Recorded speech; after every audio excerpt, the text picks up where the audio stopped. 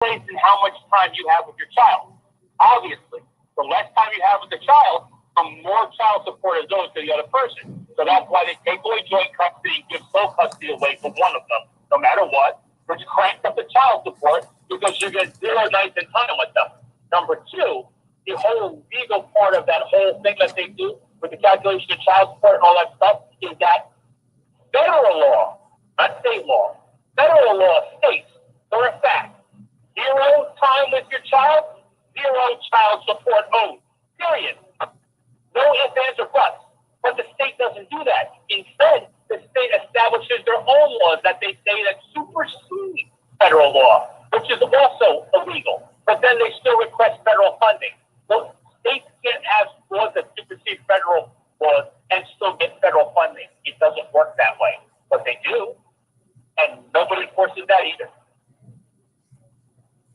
Man, I'm looking at these things, man. It's really fucked. Man, it's fucked up. Judicial discretion. The court retains discretion to impose such restrictions on use of electronic devices necessary to implement the goals of the guidelines. What got, man? Oh my God. Oh my God. Oh, they're horrible. They're horrible. It's a racket. It's a racket. And I knew it going in. When I fired my attorney before trial, there was no reason to have him. The attorneys don't have to have the court clerk or the judge sign off on subpoenas.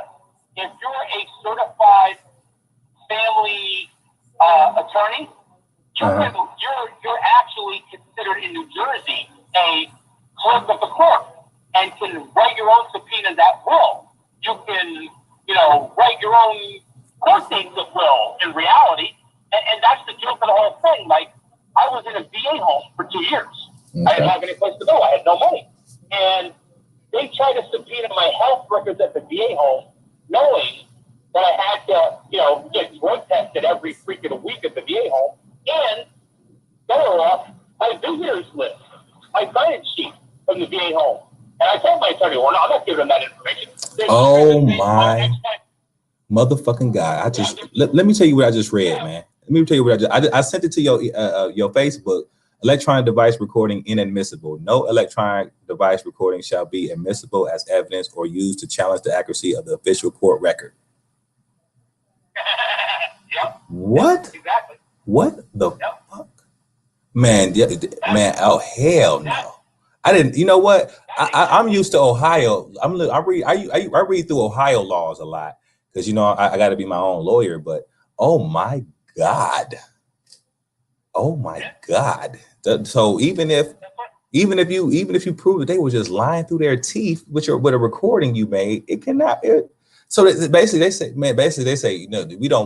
we want to bar any outside. We're going to keep all this inside, all this dirt and this racketeering, you know what I'm saying, that we're doing.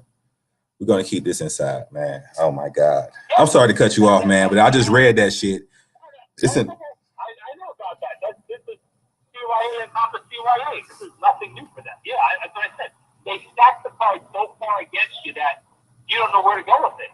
This is the reason I fired my attorney before trial because he refused to block subpoenas. He refused to issue subpoenas of his own. I said, well, then why am I bothering? I said, you're fired, and I'll go to trial on my own. I said, because the only thing I need to do is to get out of there as unscathed as possible and appeal it. Because that's my only hope. There's no way of winning there. There's no way of winning there. And I said it from day one. The decision was made on day one. They were just milking the clock for every time there was for the next 2 years it took to get it done. Okay. They already had the cards stacked against me. They were already playing the game. I saw them writing on the wall. I could see how the way it was done.